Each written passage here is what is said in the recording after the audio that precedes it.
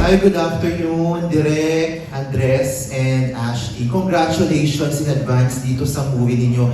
Siguro ang Ashtin and Andres, yung paglabas ng teaser trailer, sobra yung hit.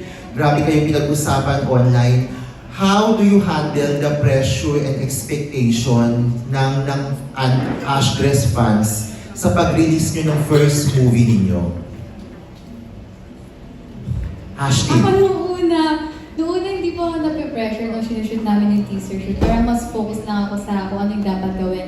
Pero nung nilabas po yung trailer, tapos yung teaser, tapos grabe yung views, grabe yung daming mga comments na parang na-expect nila sobrang ganda, ganyan. Parang na-pressure po ako ng konti na kasi parang dumating ako dun sa parang kailangan ko magawa kung ano yung na-expect nila. Pero nung nakuha ko yung sarili ko na iniisip yung ganun, parang tinigil ko agad. Kasi kapag ako napasukan ako ng pressure, nawawala po talaga ako sa focus. Parang mas nadadoubt ko po kung ano yung kaya kong gawin. Kaya pinili ko po talagang alam mo yun, mag-focus po sa kung ano yung dapat kong gawin, sa kung ano yung mafe-feel ng character, para kapag po ginagawa ko na po yung, kapag nag-take na po kami, mas magagampanan ko pong maging si Luna para mas ma-feel ko ng audience kung ano yung mafe-feel ng character.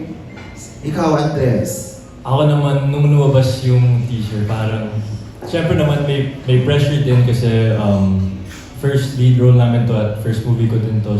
Pero, importante din yung pressure na yan kasi kung gusto mong gawin yung a good performance or if you want to be on top of yourself talaga, you need that pressure. And I think nakaka-help naman din and syempre naman kinakabahan din ako pag, minsan may work, gano'n, but I think that type of pressure is what helps you, kaya, yun.